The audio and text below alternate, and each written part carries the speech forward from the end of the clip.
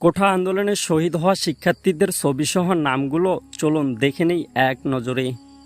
আবু সাইদ পুলিশের গুলিতে শহীদ হন। শিক্ষার্থী বেগম রোকেয়া বিশ্ববিদ্যালয় রংপুর। রিয়া বয়স 6, ছাদে খেলতে গিয়ে মাথায় গুলি লেগে শহীদ হন। ফয়সাল আহমেদ শান্ত পুলিশের গুলিতে শহীদ হন। শিক্ষার্থী অমরগনি MES কলেজ চট্টগ্রাম।